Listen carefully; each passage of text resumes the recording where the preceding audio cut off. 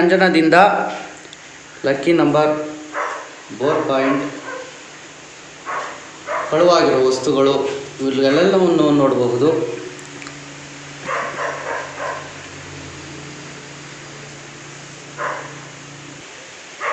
ನಿಮಗೆ ಯಾರಾದರೂ ಮಾಟ ಮಂತ್ರನ ಮಾಡಿದರೂ ಸಹ ಈ ಅಂಜನದಿಂದ ನೋಡಿ ಹೇಳಬಹುದು.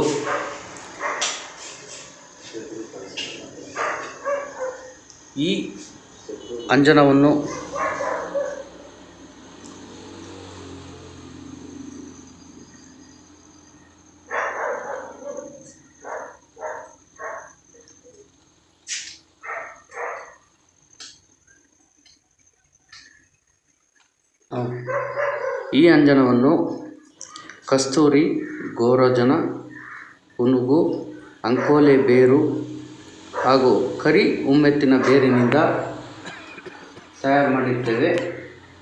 ಈ ಅಂಜನದಿಂದ ಎಲ್ಲವನ್ನು ನೋಡಬಹುದು.